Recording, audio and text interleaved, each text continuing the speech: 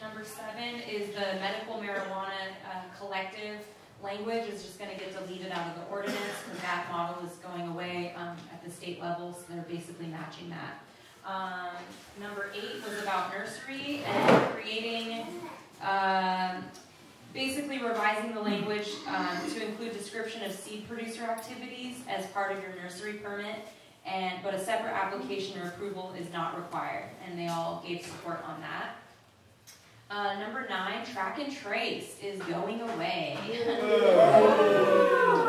align with metric instead. So I'm really excited about that, and I'm sure you all are as well. That was a waste of our money.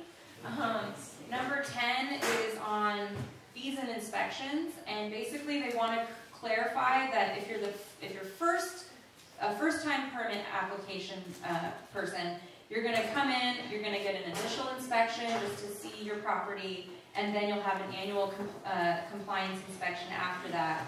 But then after the next year, that compliance inspection that you did will be the basis for your renewal on the next one. And basically to kind of reduce the amount of inspections we're having and fees and stuff like that. So there was a lot of support around that one. Number 11 is phase 1. So right now as it stands in phase 1, we all have to turn in our cannabis permit in by December 31st of this year to be eligible to continue forward. And because the overlay is now being adopted, which is going to open it up for people that weren't eligible, now they will be. Many people aren't going to have time to get their application turned in by the end of the year. And now that the church provision is being removed, like there's some things that are now making people eligible that weren't. So rather than say, okay, if you were a church person, now you can apply, or if you're overlay, they said, no, let's just do a blanket. So we're going to open it up for 6 more months. But they were back and forth about when they're going to apply that to have happen, because there's concern about all the people that are still in the program that haven't gotten their permits, and we need to not make the workloads too much on the staff. So they're going to come back with language on that one, but it looks like what's going to happen is in March is when they will open this up for you to apply and let that run for 6 months. So note that that's happening if you're not quite ready to apply. And then number 12 is the cottage indoor permits in industrial to allow people to have a permit in that, and they said yes. And number 13 to allow mixed light permits in industrial zoning, but only in a greenhouse and with odor control, and they said yes to that as well. Number 14 was to delete the requirement for a separate habitable dwelling unit for each tenant in common. Right now, if you were on a big parcel and you had multiple people wanting to apply for a license, everyone was going to have a habitable dwelling. They realized that's ridiculous, so there just needs to be one dwelling. If your parcel type even needs a dwelling in the first place, because some parcel types don't require that. So that's a good one to see. And number 15 was to allow any permitted cultivator to file a notice of non-cultivation. That's basically to take the year off. I'm still kind of unclear about the language on that. It almost seemed like that would apply to maybe a distributor or a processor, but I'm still kind of unclear. Number 16 was to revise to conform to the state language regarding your prior criminal activity and being eligible for a permit, and incorporate the district attorney office for Mendocino County's recommendation. And he provided a document during that meeting. Staff misinterpreted some of his recommendations, so he redlined them in the document, and they're going to look, I think, at that again. But pretty much it's like if you have criminal history, especially related to honey labs and stuff like that, like you probably wouldn't be able to move forward with a permit. And of course, if you have misdemeanors and stuff, or felonies related to cannabis, depending on the activity, you would still be eligible, just like the state. And then number 17 is they need to develop criteria for us for permit denials. They don't have that language really outlined in the ordinance right now, and we need to know what that is, so they're going to develop that language. So those are really good things to see come out of it. And then they also had major discussion points. These were the really hot items that came up. And also I want to make a note that this doesn't mean it's all in effect right now. They're going to host another meeting on December 11th, which is a Monday, I believe, at 9 a.m. at the same LoGAP address where they have all the other meetings. And they're going to go over the recommendations that staff's going to bring back on the language for visibility generators and I think the phase 1. And they're pretty much, you know, they've already voted on the other things. And they'll have the first reading, and then on December 18th, they'll do the second reading, and it will be adopted, and then in 30 days, it will go into effect. So we can note that these changes will pretty much probably happen January 18th. They'll be live, so that's something to note. Okay, so these are the major discussion points. Number one was, should a use permit, which requires site-specific environmental review, possibly including CEQA, be required for all Phase 3 permit applications in 2020?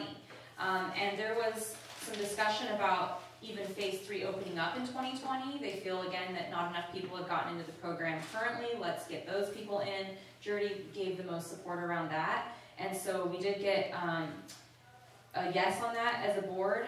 Krosky and Jurdy and Mr. McCowan all agreed to that. Carrie Brown kind of made a statement in the beginning that she wasn't comfortable with approving any of these things. There's 6 items, so she's basically a no all through these. And except for there's an exception to that actually for one of the items. Number 2 was, should we open up rangeland and allow people to increase to 1 acre, or no, should a new permit application be allowed in rangeland subject to a use permit? And that didn't get enough support, so that was a flop. Number 3 was, should permit size be increased to 1 acre? Currently, we're only allowed 10,000 square feet. And it would only be for conforming parcels in rangeland, ag, upland residential, and only for outdoor cultivation. And should it require a use permit? And that didn't pass, so none of that's going to happen right now. Number 4 was the nursery. Should the minimum parcel size be reduced to 5 acres? Currently, you have to have 10 acres or more to have a nursery license. And should it also be a tiered permit system? And the staff's going to come back on a recommendation to work on a tiered permit system. And I think that's going to be really great, especially for small people that want to do seed exchange and stuff like that. So that's a good one. And Brown changed her position, so that's why that one went through. Number 5 was, should more than 2 permits per parcel be allowed following a major use permit? And should the total square footage be allowed to exceed an acre, perhaps up to 4 acres, provided no single permit exceeds an acre? And should this be limited to specific zones or geographical areas? And that did not pass. And then the last one, which we were all really hoping for, was the transferability of permits. Should the existing cultivators in Phase 1 have the option to apply for a use permit to allow for transferability of their ag permit with a use permit? And if granted, it would entitle a new owner to the continued cultivation, provided they comply with all the terms and use of the use permit. And we were almost going to win that one, you guys. And we lost by 1 vote with Jurdy dissenting, because he kind of wanted it to include this other abstract idea of having, it was kind of confusing, but pretty much he wanted to say that people in residential zones that want to move off of those properties could then sell their permits to others, and then those people could collect all those licenses and then stack them and be able to grow this large amount. And everyone was like, I don't think we're into that, so no. And so then he said, okay, well then I'm not going to vote for transferability, and so it got crushed. But the good thing is that these are just discussion points. Nothing was set in stone, and we're about to have a new supervisor represent us in 2019, so coming up very soon. And I feel like we need to revisit a lot of these topics at that time. So let's keep pushing on, and I feel like we're going to get a win at some point, and we just need to keep working on it. So those are kind of the highlights for what's happening currently right now with everyone and their permit applications and just this whole process. And I also want to say that Mr. McCowan brought up an interesting point towards the end of the meeting about a cannabis enterprise zone being identified in geographical areas to allow possibly more cultivation than what's currently allowed, just to kind of help places that are economically deprived. And he actually called out Covelo as one of those places, which I thought was interesting, which kind of dovetails into the main reason why many of you are here tonight, to hear more about the Cordova Can purchase that's been taking place in our valley. And I just want to let everyone know that I had just met with Bo. What's your last name? Miller. Okay. Earlier, to discuss this and get more information about what's actually going on and to clear up any rumors or, you know, those kind of things. And basically the takeaway is that he's working with the Cordova Can company to build a facility here over at the industrial park, and they're going to have testing laboratory available for access for the cultivators of Covelo, as well as a processing facility, distribution, and manufacturing. And after getting some of my questions answered, I felt a little bit more at ease about some of the stuff. I still have some questions, but I feel overall that the vision of what Bo is looking to do for this valley is really good, and I think that we need those facilities here because that's a big hurdle for all of us in terms of finding a place to sell our flower to be able to market it, to be able to have a laboratory here that we can have our product tested, I think is really amazing. I was actually really surprised that that was even on the table. So I'm pretty excited and I'm hopeful, and I also have concerns about how this business operation is going to impact our local economy, our local cultivators, preserving all of everyone's hard efforts to keep this business going, and that we're not seeing the money that we're making here just being taken out of the valley. So I think that's a huge concern of ours. And some of the questions that I raised were around that, and finding out his vision and the company's vision for Covelo, and it looks like they want to employ as many people as they can in the valley to help run these operations, as well as you know, offering a competitive wage salary for people. And they have not spoke to anybody in our county office because I was curious if there's been any lobbying that's been happening, because it's just funny that McCowan made that comment about the Covelo's economic thing. I was like, oh, it's kind of interesting. But from what Bo is saying, they have not had any communication with our current board of supervisors or even the ones that are about to be elected, like John Hashik. So it just must be a coincidence. And he said that they did purchase the pear orchard property for 270 acres, I think is what he said, as well as the industrial park. So we got to look in the facility, and it's pretty amazing, like what's already existing in our valley, and I'm hopeful to see what they're going to do. So I know that you guys probably have more specific questions, and I want to have this opportunity for you guys to be able to ask them, and Bo has volunteered to come here and to dispel any rumor or myth that you may have heard, and to just give you guys kind of some more information as well as get feedback, because he really does care about our valley. And if you don't know Bo, he's lived here, he's grown up here his entire life, so I feel like that's really good to know that there's somebody local working with this corporation. And at the end of the day, it's going to take millions of dollars to have these sort of infrastructures here, and I don't think that individually we all have that kind of capital to make it happen. So at some point, somebody's going to have to do this, and so if it is going to be an outside corporation, I'm pretty happy to know that it's connected to somebody that's actually local to this valley and has some pretty deep roots in this community, and their family's amazing, and so I'm really grateful for that part. But I would like Bo to come up if he'd like to maybe say a few words, and then do people have questions more specifically? And so I want us to keep it structured in a format that we're respectful and, you know, and good like that. And so maybe we can form a little line if there's enough people that want to say something or ask a question of Bo. Otherwise, if it's not that many, we can just raise hands and then. And I want everyone to be able to hear what I'm saying, so everyone gets the questions answered they need to. I'm willing to stay here as long as I need to make sure I get through everybody. Okay. Thanks, Bo. So to open it up, most of you know me here. I'm Bo Milner. My family's been here since the 70s. I was born and raised here, second generation cultivator. I came back recently. I left and traveled the world and became educated outside the valley. And came back as a paramedic firefighter. Was with the fire department for a while I came back into the cultivation scene. After the cultivation scene, I went into the hydro side of the industry, traveled around the country, going to different legal grows, consulting with different companies, different products.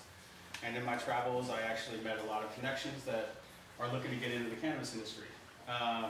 So yes, I have partnered with a publicly traded company. Our partnership is now called Cordova, California. I'm the director of operations for all their California operations right now. Covelo is the only thing they have going on in California. They do have operations up and running in Colorado. They have operations in Oregon, in Washington, in Nevada, in Arizona, and they also have operations overseas in Europe, in Germany, South America.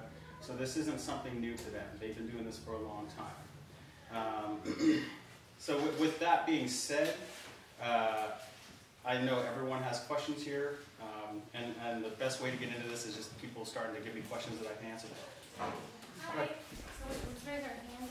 Okay, go ahead, Patricia. My name's Patricia Vargas. My partner Forrest Gowder, who's also been here since the 70s. You guys probably know each other. My main question to you, thank you for being here and thank you for answering everybody's questions. That's amazing to have. My main question, and I have so many, is what is your deep connection with this company? Do you know them on a level that you could feel confident to say they're not going to change their mind and we're not getting ourselves into something that in 2019, 2020, 2021 is going to change? Because we know that in scenarios like this where there's huge corporate companies, they pull in the little guys. It's the same story that's been happening in agriculture since the beginning of agriculture, and it's scary, and we don't want to see you get taken advantage of, as well as our community, nor the land here or any of this existing beautiful valley. So how confident would you say that you trust these people, and you can tell me that they're not going to be changing their minds? Yeah. No, I actually know these people very well, and it's not like they're from out of the county or out of the country. I mean, one of the partners is actually from Humboldt County. He knows Covelo very well. He's seen this place struggle. He's done business here in the past. So it's nothing new to him, and he understands that this is built on small farmers. He understands that this industry, as we all do, is built on relationships, not just money. So their biggest concern about this is making sure we keep the small farmers alive. We're not coming in here to cultivate as much as we possibly can, and I even saw comments saying shipping out of state. That's illegal. Everything we're doing here is 100% transparent. We're doing everything by the guidelines, and I know one of the specific things that was said or implied is that we had been lobbying with the hash check and all these people. I've never met any of these people. I've never spoken to any of these people. Yet these guys live on the East Coast right now. They've never spoken or met with them or lobbied or talked to anything about it. So that's out of the question. That has never happened. That's never been an issue. Jen? So can you explain how the company plans to cultivate on such a large scale given our restrictions with licensing? Well, we're staying within all the guidelines. I mean, we can only cultivate 10,000 square feet per parcel. We can only cultivate 10,000 square feet per parcel. I'm not coming in here trying to lobby and change things. We all got to also look at the future. They're going to be opening these parcels up in the next 3 to 5 years. We're going to need to be able to compete, and that's what we're trying to do, is give everyone here a base to be able to compete with what's going on in California. Well, that article we all read said that they had plans to run 4 acres of greenhouse the spring of 2019. So can you tell us how we're wrong in assuming that they're not coming to Covelo to blow it up? Well, we'll be cultivating a 10K on each one of our parcels. Yeah, the pear ranch the pear orchard, pear ranch, is only 4 parcels. So there's only technically 40,000 square feet that can be cultivated on there. Yeah, but that article said 4 acres of greenhouse spring of 2019. That's the spring. So is that just to get investors money for the company to snag more, grab more money from Canada to funnel into this? I mean, we all think, sorry to cut you off, but I think it's good that a company's coming into Covelo to provide much needed jobs. Yeah. But for someone to claim that they're going to run 4 acres of greenhouses when we all know the regulations is kind of set everyone off, I think. I can completely understand that. And we know that that's not going to happen. We won't be cultivating on the pear ranch to start off into at earliest 2020. Earliest 2020. We don't have existing cultivation. Yeah, we're not going around buying anyone's permits right now. That's not what we're trying to do. Our main focus, step number 1 for us, is to get distribution up and running.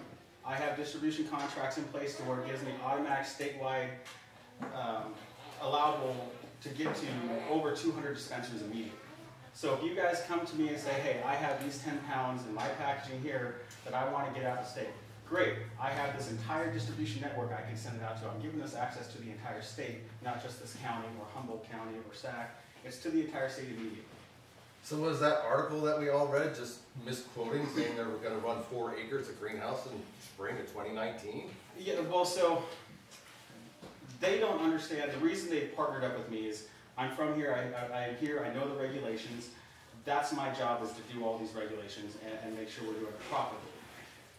That's not their job. They're kind of going off the information that's funneled to them through emails, through this and that, and after 48 hours, within 48 hours of them making a purchase, because it is a publicly traded company, they have to do a press release to allow all the people that's involved with their company to know what's going on, all right? So they put this press release out, say, hey, we're doing these great things in California, we're going to need money to do this. So people get excited. That's where the money funds come from, to be able to do these projects. We're not going to be throwing up 40 or 100,000 square feet or 10 acres of greenhouse. Yeah, we'll be building greenhouses, yes, but we will stay within the confines of the actual regulations. There was a question in the back. I don't know. So then, are they planning on like deducting or having a new press? They should have a new press release that sort of says what is actually going to be happening, because that is a lie, and that needs to be clarified as to what they're actually doing.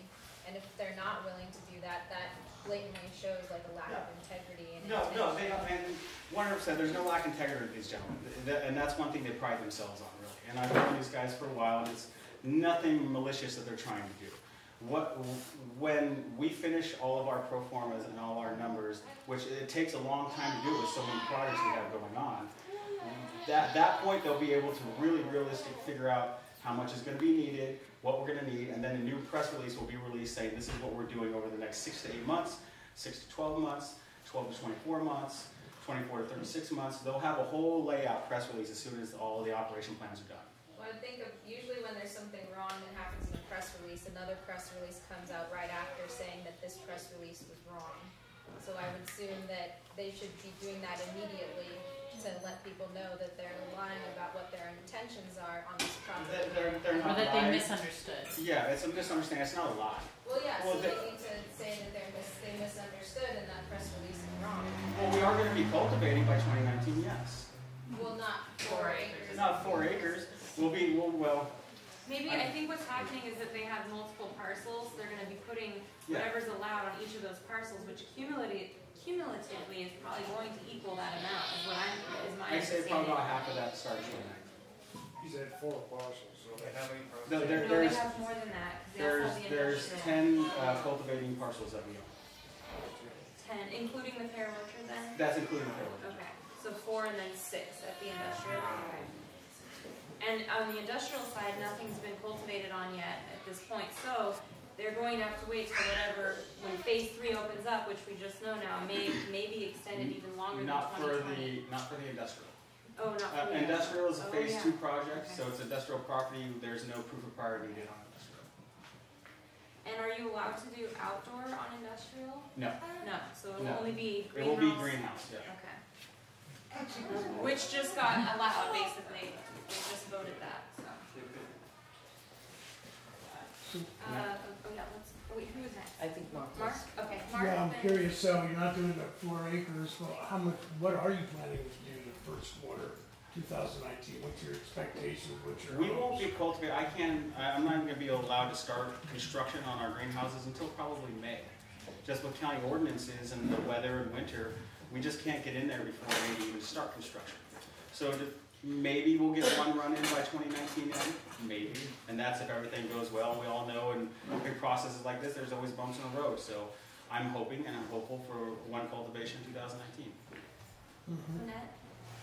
And then- Bo, do you know if the company, whatever the company means, the owners of the company, are they gonna come and speak with the community Yeah, and they're more address than willing the to. tribe, and when is that gonna happen? So they've been to the valley 4 or 5 times already.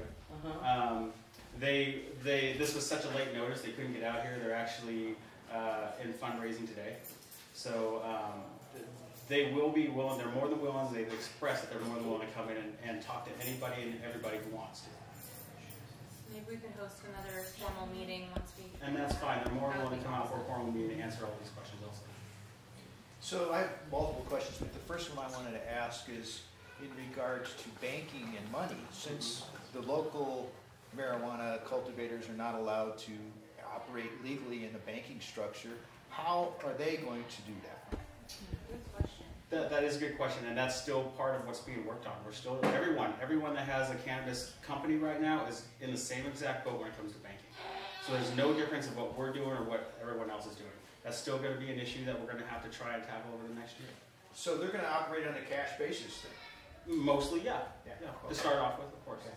Can I get the second question? Yeah. Okay, so the groundwater in Covelo, since you're a local boy, you know what the situation is.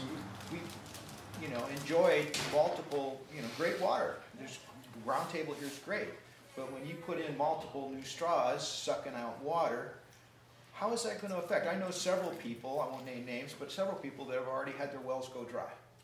Well, that's just because the water table is dropping as it is already, and that's why they made regulations of the wells being at least 110 feet deep right now, right? Right. So yeah, there's going to be water draws, but with the amount of people that have left town and that have stopped cultivating, there's going to be really no difference in the water table because there's so many people that have left town, and I'm not going to be using or wasting a lot of money. We've actually based our cultivation plan off of a company down in Southern California that's been doing this for 18 months already. And they have less than 0.5% waste of water. Nothing goes into reclamation. Everything is dialed in correctly to where you give it what it needs and it doesn't spit anything out. Is that Santa Barbara County by some way? It's in the Palomar area. Yeah. Thank you. Did you have your hand up? Yeah, I just wanted to make a statement, just to say I think that whoever buys these properties, somebody's going to buy them and be cultivating. It just happens to be a big company that's doing it. I think that it's kind of awesome that they're going to bring an entity to the town that will benefit us to be able to test, have the processing facility that none of us have the money to do at this point. I think it's a good thing. I just wanted to throw that out there. Yeah. Trisha, and then what about the CRISPR genetics? So this is a tissue culture lab, all right? I think what everyone's been doing is researching a secondary lab that's affiliated with this company, but they're not understanding that that's not what we're bringing in. We're bringing a tissue culture lab, all right?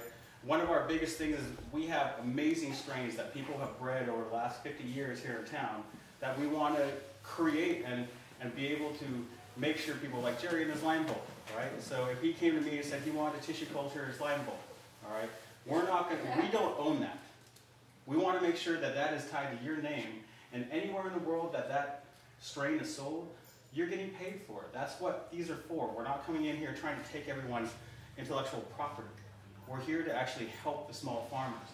We don't have an economy. Our economy is based off of cannabis. Lumber's gone. Cows aren't going to do it for us. We need something to base our economy off of. And if we keep going the way we are without any outside influence or money being pushed into the town, we're not going to be able to do it. I mean, who here has $20 million to put into this project? Not a single hand has that. And then Jen, the second part of that question. Okay. I just want to, since you're saying you want to protect people's strains, what is and how can you possibly ensure that? Will there be contracts with these small farmers? And I'm not asking for exclusivity at all. I don't want any exclusive rights to anything. Everybody has it is your property. If you want to sell 10 pounds to me to distribute for you, or if you want to sell 20 pounds to someone else, that's fine. You don't have to go through me. What I'm doing is providing Covelo tools to move forward in this industry. If we don't have these tools to get testing prices down here in town, for somebody to come to me and say, hey, I can't get through all this stuff, could you process it, could you package it? I can do all that. We can keep it in town. We can use the money that is coming from you guys small farmers to pay workers that live here in town. We want to bring in and help build the school system and improve the town as much as we can. The healthcare system. Me being the Medicare, the week after I finished being the Medicare in town, the ALS system pulled out. The only reason they were still here is because I was the only one that would work. So we need to improve our community in order to build an economic basis. Jen, and then Yo-Yo, and then Ann. Sorry, Ann first. Can I do two questions too?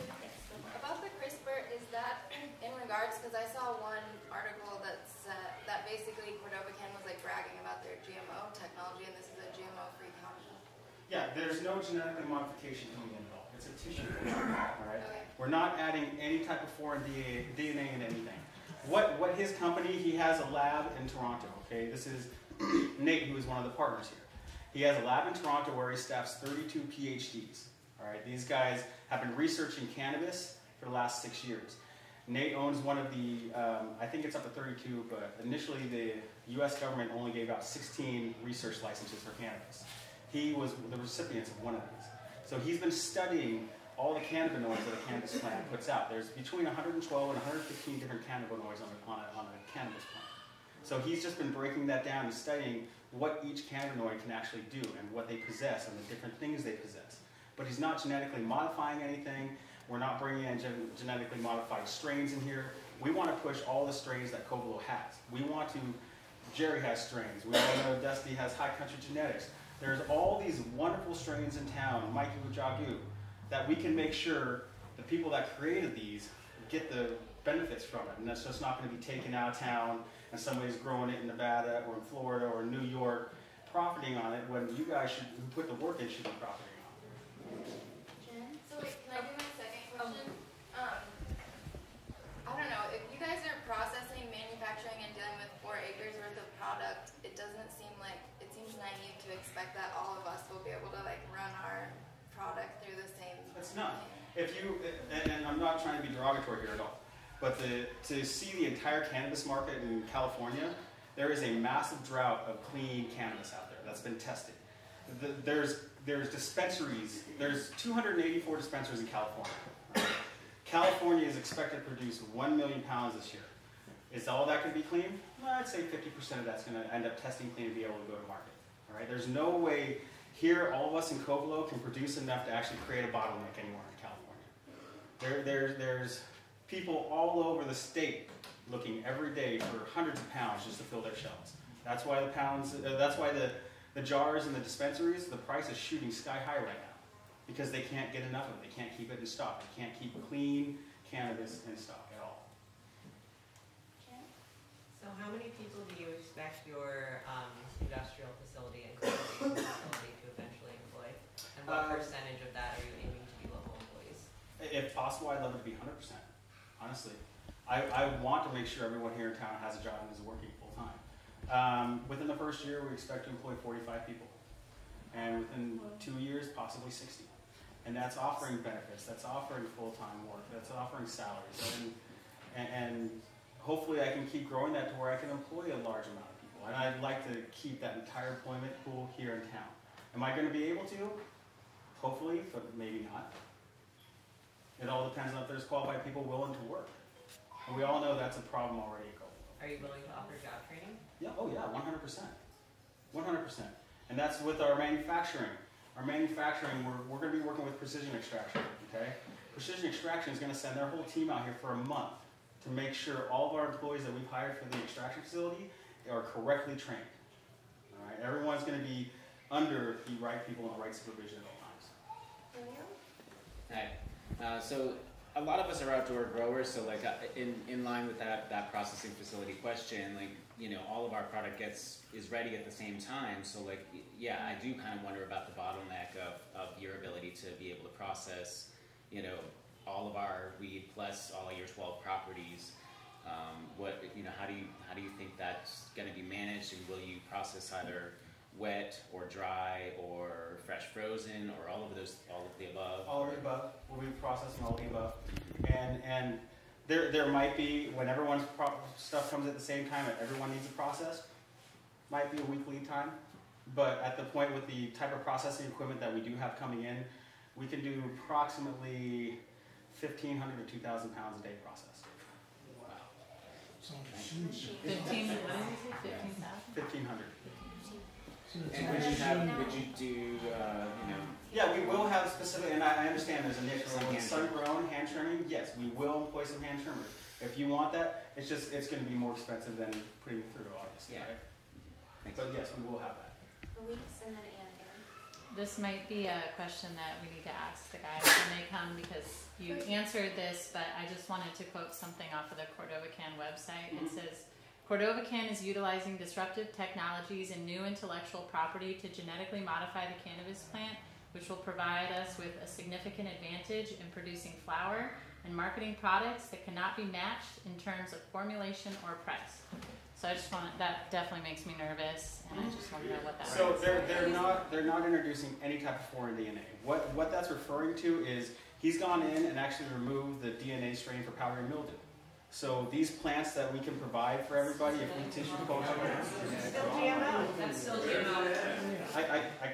I understand, and I understand, but technically, and I can say technically all day long, no matter how much I say it, yes, I understand, it is. But the Monsanto version is adding foreign DNA. Wait, let's let him finish. Wait, genetically modified then? Is that what you're saying it is? Sorry, can you clarify? Wait, let's raise our hand and ask a question instead of blurting out, so otherwise we're gonna get really Yeah. Okay, go ahead and ask your question. It is, well, he said, that's why I jumped in, I'm sorry, because you said it is. What is?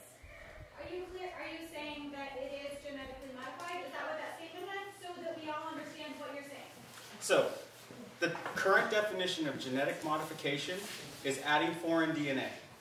We are not adding any type of foreign DNAs into any type of cannabis plants. But you're removing.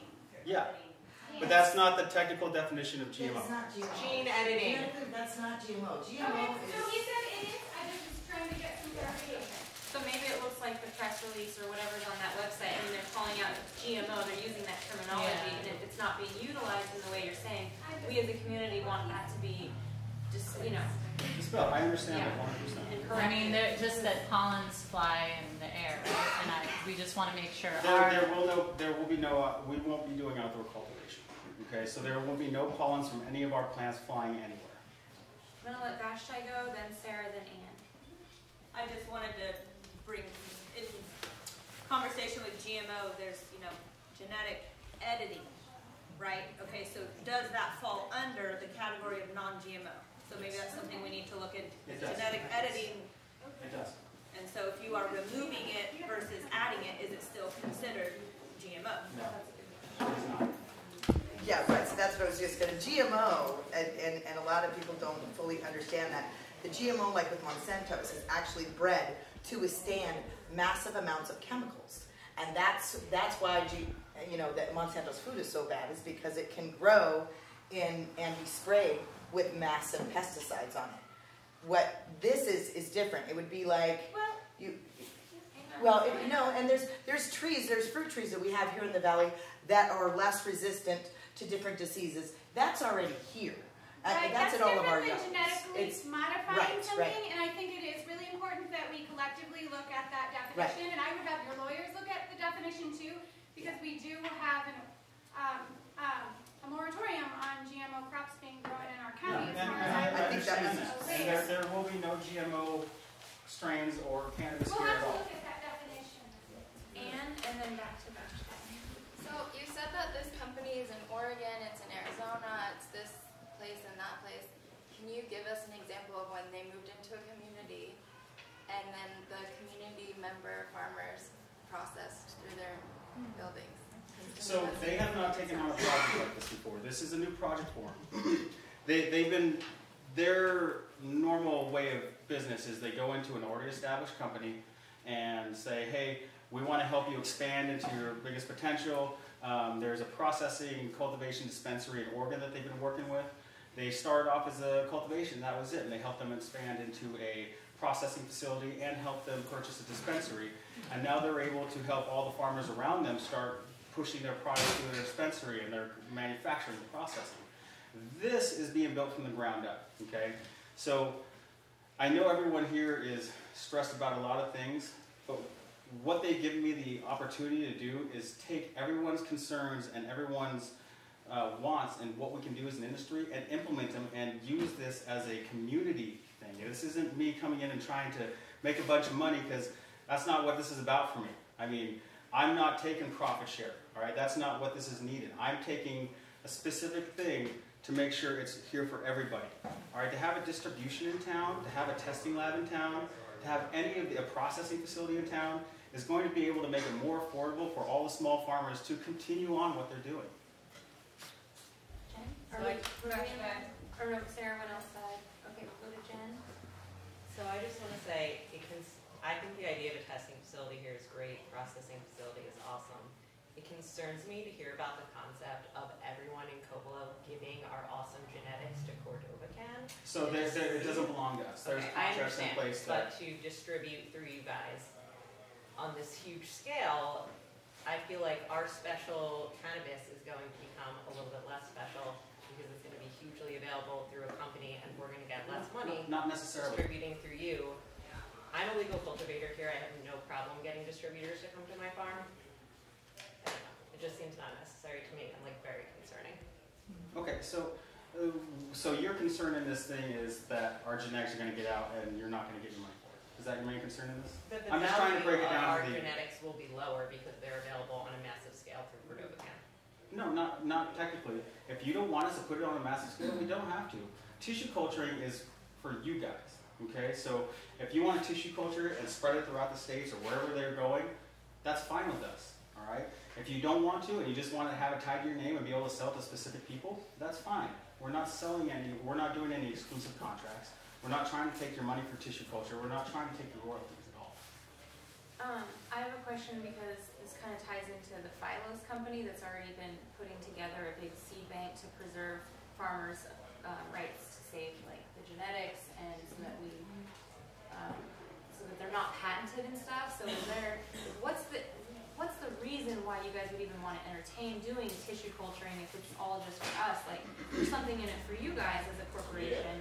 So I'd like to know what that is. And also, when you just spoke about the profits and stuff, like what is your salary with the company? Like are you retaining a percentage of the overall profits of the corporation? Are you like, I don't know what your structure is in that way, and if you can even speak to it legally. But if you can, it would be nice to know. Like, you know, at the end of the day, if the corporation makes, you know, $10 million in Covelo from everyone, you know, utilizing this organization, like, what's your cut on it? And then also, like, what's the percentage that's going to go back to the farmer kind of thing? So. No, so I am not taking any profit share from this. I've been compensated by salary, and I do have shares in the company. But I do not take any profit share from this. The money that we're putting back into the valley is going to be into the healthcare system, into the school system, and any system that we see, and it's up to people to come to us like, hey, we need a lot of help over here. Okay, well, we can do this, we can do this. We're wanting to give back and help build this community.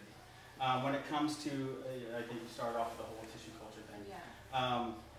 Part of the reason that we want to bring the tissue culture technology to Covelo is, yes, we want to make sure that people who have spent their entire lives developing these strains get the credit they deserve to it.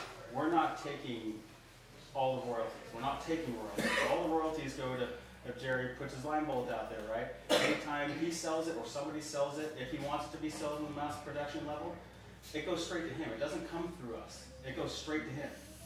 But what would you still get out of that, though? I mean, there's got to be some sort of exchange because you're doing the well, obviously, it so costs money to tissue culture. Okay, so your business would just be the service of making the tissue culture, and you'd be getting paid for that, or would you also get a percentage of the royalties that the farms are getting? No, we will take no percentage of royalties that go back to the farm. Okay. TJ. I got a buddy of mine, and he has a strain, CBD strain that's really unique, and the company that he dealt with, he like sought him out, and he pays them to do a tissue culture, and then they store it for him, so that he has that ability. So like if he loses his mom's or there's a power outage or something happens, and I mean that's pretty much what you're saying it is, right? It's not like they're taking a cut and distributing the strains. No, we're not taking basically because the way you're kind of explaining it kind of explains that there'll be like the distribution aspect to it or something. But I mean, at the end of the day, it's just offering that service, like a trim service, a packaging service, tissue culture service. Is that kind of how it is? Yeah, that's exactly how I mean, nobody's going to make anybody walk in there. Well, this is why we're having this forum, so we can ask these questions and get clarity on all these things. Now you're gonna really remember my name, right? So, you're talking all about like putting back money into the community, and these are beautiful, man. Like great intentions, beautiful words, but it really doesn't mean anything until we see a contract and see an actual plan where you're talking about the environmental, social, and economic justices that you're gonna.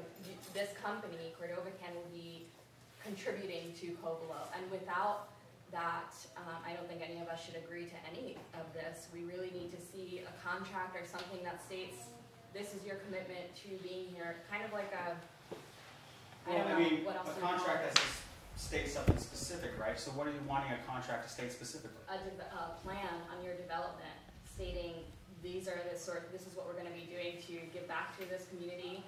That promises, you're saying you're going to give back to schools, you're going to give back to the environment.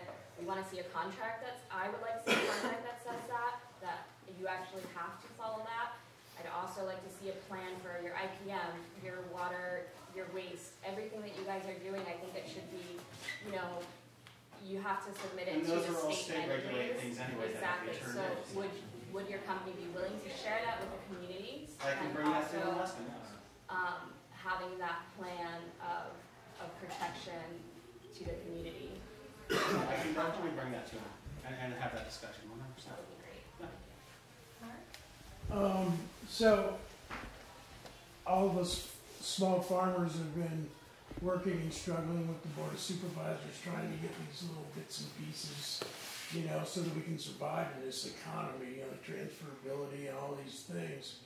And, money talks and bullshit walks, so it's like you're coming in as a very powerful entity. It would be awesome to have some kind of alliance. Like, I don't get that we're going to have you go away, or we're even want to make you go away. I don't know that that's even a possibility or desire or anything. But so as long as you're coming to town, it would be awesome to have a big corporation speaking for us, maybe possibly providing lawyers, funding for lawyers and stuff, so we can get what we need out of this county, which seems to be pretty stubborn on basic rights, like being able to sell cultivation licenses with our property. It's very simple things. I mean, vineyards don't have issues around that, so why does pot have issues around that? It's because the state's trying to regulate it as much as possible and get every penny they can. And I actually, that's a very good question on being able to use this as a lobbying power for Covelo. Yes. I get that 100%, Yeah. and that's something they're definitely interested in doing. It's just finding the right platform and the right people, and we want to include everybody in here as much as possible. So when they are in town, and I will make sure they are here to answer all these questions, they will be able to answer those type of questions. Are we going to be able to provide lawyers to people? I don't know that. But yeah, if you could just take it to them and say, this is a possibility. Yeah. And see that we need some help. Yeah. And they understand this. Hold on, sorry. Speaking of that, they understand how much help this community needs. They've been here multiple times, and throughout the last 20 years, they've done a lot of business here. They understand Covelo. It's not somebody that doesn't understand Covelo's coming in. I was born and raised here. I understand Covelo. I understand the economic, what we have, our struggle. They're wanting to come in and help us build an actual economy here, because we have nothing. We need to capitalize and put Covelo on the map for what it's worth. We want to make sure every single small farmer is recognized for what they've been putting their work in for. Yeah, and it's not even, hold on, don't finish. It's not even just within the valley. I mean, as a county, 80% of the property is rangeland, and yet they're like, oh, you're not going to be able to grow on rangeland. Statewide, they're talking about 2023 not allowing generators. So it feels like the whole statewide, they're just setting it up. So you got to be zoned ag, on the grid, to even grow pot. So we're farmers in the hills, it's like, I feel like they're pushing us out. I see that, I understand. And so it's like, I don't know what it's going to take to turn that around. So we're going to get all the help we can get. And that's something that I can really try and rally them on board with. 100%. They understand, they care about, and as much as people are going to say that this isn't true, but they do care about what's going on here. That's why we've come to an agreement that we've come to. The rubber could certainly meet the road if we actually had some real assistance like that. You'd get some believers behind it then. So. Mark, I did just hear something where they're talking about revisiting the rangeland thing and just only allowing outdoor because they don't want a bunch of greenhouses. But I've heard that from the county, and I read something in the paper. The Press Democrat in 2020 opening the rangeland back up for permitting. That'd be awesome. But I guess my question was for Patricia, because I mean, like, I hear you sit there and you say stuff, and I mean, I don't like corporations. Just I'm an anarchist, and I just really don't understand, like, to hear you say stuff like, okay, are they going to give us a contract? Tell us your IPM. Like, do we actually have, like, I mean, basically, is this meeting just like a nice gesture of them saying, hey, we want to hear what your community thinks, or do we actually have some grand down where we could even do anything if we didn't like it? I think we do have ground because they just brought up in that meeting whether some areas should allow 4-acre or 1-acre things or not, and whether we should have like opt in, opt out of these 4-acre things. We also have a choice because it's a drought and we're running out of water, and we can't afford to have a bunch of corporations come in and take over. Well, have you heard the tribe's take on what water belongs to them between 2 rivers? Because they don't want any of us using it. Exactly, and I respect that, and that's part of it too. And just so you know, we're not the only corporation in town. There's 2 or 3 other corporations in town shopping right under everyone's noses. No, I understand that, and I understand it's scary for everyone. We're out here being upfront with you exactly. I will give you every answer that I can. I'll be completely transparent with everything we're doing. A lot of people aren't going to do that. A lot of people are here to make money and that's it, and ship money out. We're here to give the community the tools to be able to create its own economy. That's what we're doing. Well, I think that's part of it with trying to understand how this corporation is going to be having so many licenses to grow. Because part of the whole reason I think the county has set that up was in order for corporations to not come in and big business to not come in and try to have it be just for small farmers. So here when we're seeing like, I think having other resources like distribution and testing and all that is great for the small farmers that are here, but when you see then a corporation being able to own and use that many licenses and try to figure out ways to get around it and be able to do it, why can't other corporations do it? So there are other corporations doing it. You guys just haven't seen it on Facebook. That's all. Who? It's the smaller corporations that can't do it. Well, like just buying up tons of land here and using then how is this corporation? What tactics are they using to be able to manage that many properties at once? I think that as a community and as a county that's been a really important issue to not allow. And if there's situations where we are able to continue to uphold those laws and not allow the 1 acre to 4 acres and those sorts of things where we're just, all the small farmers are barely struggling to even pay for and do the little bit of the amount of licensing that we have to do, it seems extremely unfair that these big corporations can come in and just somehow manipulate the situation and be able to grow these huge amounts of cannabis in the county. There's no manipulation. We're following county rules and ordinances. We're following everything to the T. So I'm wondering how then, more specifically, how is the corporation going to have so many licenses under their belt? They don't have licenses under their belt. The corporation holds 0 licenses. So how are they? Individuals hold licenses. So you're going to have a bunch of individuals who are growing on these different parcels? Yeah, they're employed by us, and they're able to run their own cultivation. So they're all running their own cultivation under the contract of the corporation and giving a percentage to the corporation? No, they're not under contract with the corporation themselves. They're under contract with Cordova Ca, which is the state Covelo version of Cordova, right? So these people work under me as my cultivators. They hold their own licenses. They put their own names online because they want to be able to be part of this. They want to have a salary job. They want to have benefits. A lot of people are tired of growing all year just to create themselves $50,000. All right? They'd rather come to work every day from 8 to 5, grow their cannabis, not have to worry about it if they're going to be able to sell it on a deal that comes into town in 2 days. But they have to be under some kind of contract to do that because everything needs to be grown a certain way for the corporation. It's an employment contract with the company. And all that stuff. So I'm just wondering too how when people are that it still seems like it's a way for a corporation to own a huge amount of they don't own the licenses, but they're making a huge profit from buying these properties and managing these licenses. So one more last thing, just what we're looking at is that there could be a lot more companies coming in and doing that, and how do we necessarily prevent that and not let that happen all over the county, because that's what the 10,000 acre cap is for. So, and even if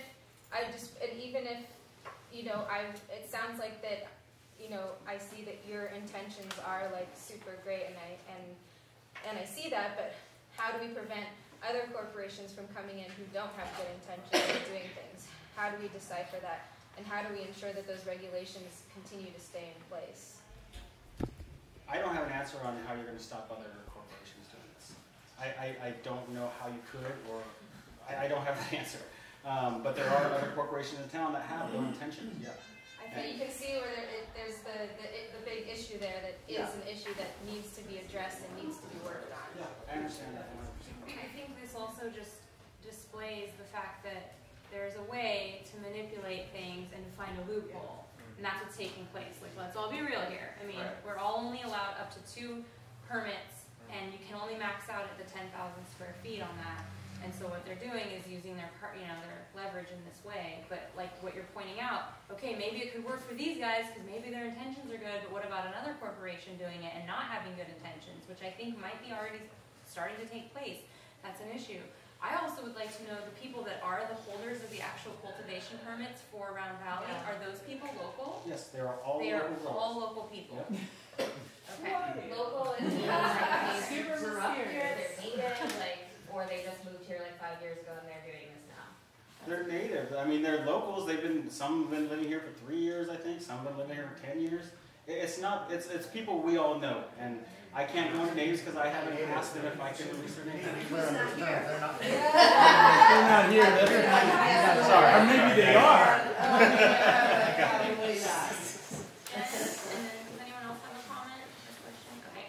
Jen, and then you after that.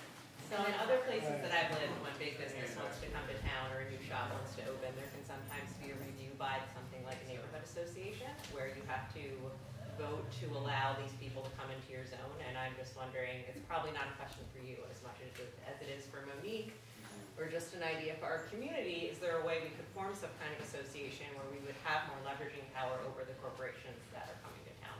Yeah, this would all be back to, the Board of Supervisors and creating legislation that ensures that we protect our valley from people doing loopholes, because that's an issue. I think the tribes have the most power in this situation with the water rights because it's all one reservoir. It's not 600 feet. It's all one pond that's being sucked out, and they never agreed to that or want that. We need to talk to them. And is the industrial park within any of the setback zones right now with the tribal land? Okay. Or the school or the daycare within that industrial park? And then, I guess, it might be helpful for all of us if we could get some more specific information as to how exactly all of this is breaking down, who owns the land. I understand who owns the permit part, kind of, but then who owns the land? Is it the company? And you said they work for you, so is this a permit holder that is employed by you? And if we could just understand the details of what your structure is so that we can kind of learn from it and assure that it is following the community's objectives, because those are our codes, and a lot of people have been actually actively participating in writing them. And that would also kind of give us some insight as to what are these loopholes, and are there failing points, because anytime you write policy, you really want to look closely at it, and you also have to see how is this working, how do we need to update it at all times. That's part of policy work, is reviewing and updating to make sure it really is honoring the intention behind it. And so if we could get some more details about the entire structure of who you are, who you work for, how you're connected to the larger entity, how it breaks down to a connection to the permits, the land, all of those different pieces, that would be exceptionally helpful in understanding all of this.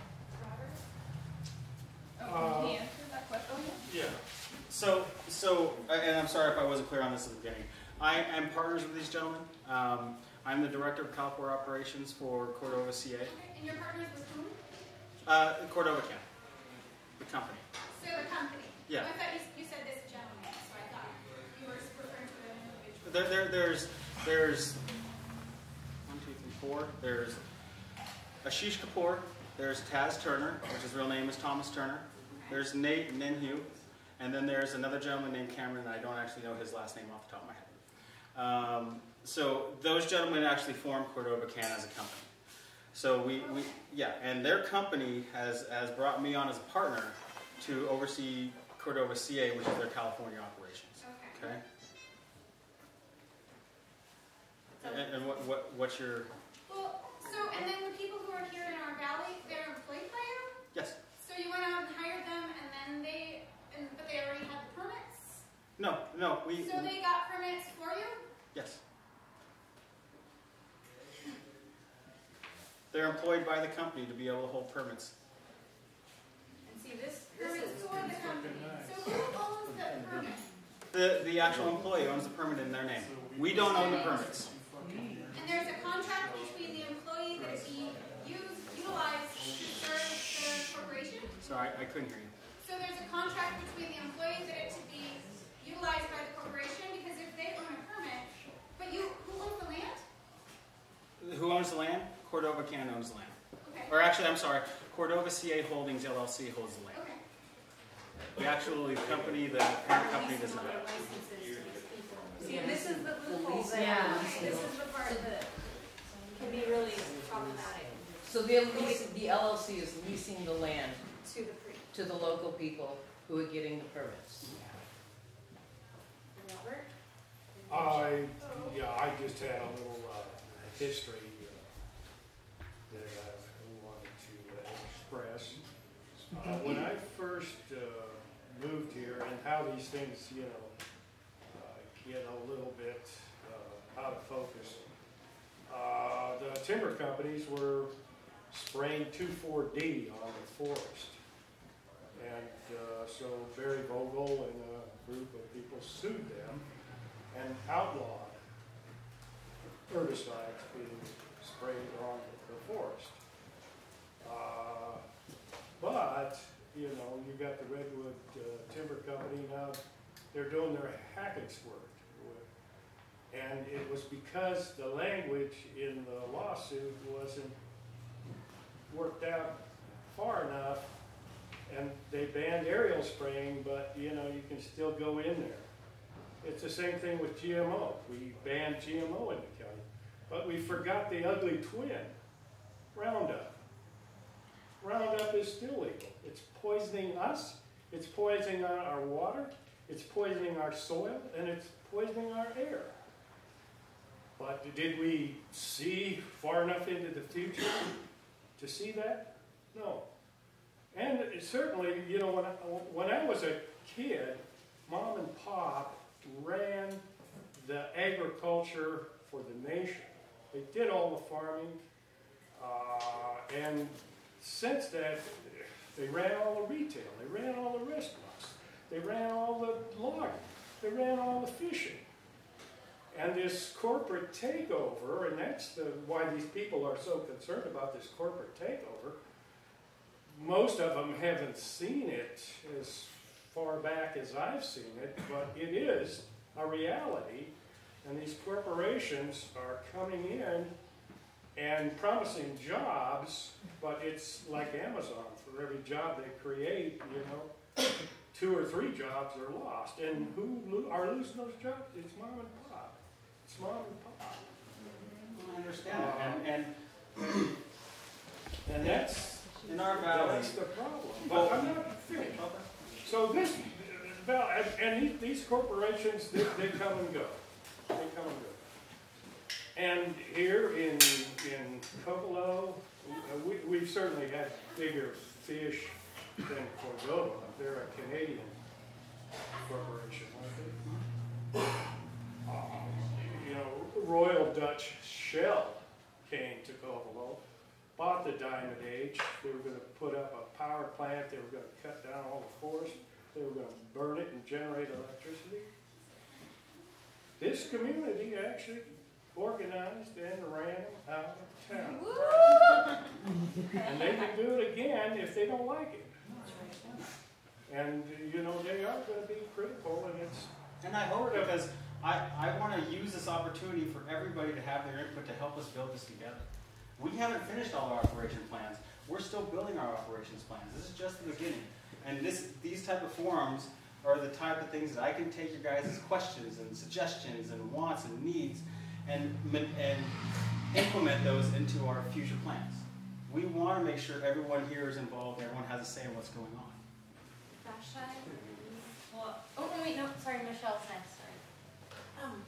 So that kind of that sort of segues into my question about kind of, I feel like we kind of popcorned around it, but like, what is the timetable? Time you're coming, like there's not, or are you? Like, is there, like, where are we in the timeline of this happening? Like, is there? So I'm hoping to have distribution open within 2 to 4 months. All right, distribution will be our initial thing. It's the easiest to get going, to be honest, and it's the easiest way to start helping you guys out immediately and start being able to show stuff for us immediately. The more we're able to build that up, the more we're able to build relationships, I can then bring on the processing, which is going to be probably another, within the same time frame as the distribution. Processing, distribution, and hopefully manufacturing within 4 to 6 months.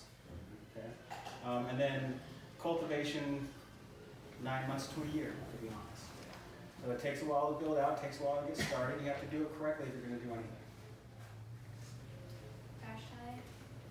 I think one of the concerns for small farmers is that, I mean, I'm just going to sum it up, is that, you know, a big corporation does come in and they outcompete. So right now there is a limit on what can be grown, but that is very likely going to change. I would not be surprised if we see it open to 1 acre or more in the next 3 years, 1 to 3 years. And then, you know, at that point, how can we as small farmers compete with something that is 4 acres of greenhouses happening? And so I think that's where we're feeling like, whoa, wait a sec, this is like our little string of livelihood, and then some big company comes in, and you're not the only one, and there are others, and that is our reality, and so. And I understand where you're going with this, and that comes with a broad understanding of the actual market, right? To understand how we're going to do this is to understand the actual California market. There are, and I keep repeating myself on this, but the amount of clean, legal cannabis out there is at an all-time low. It's like our water drought. There's none out there, all right? So to be able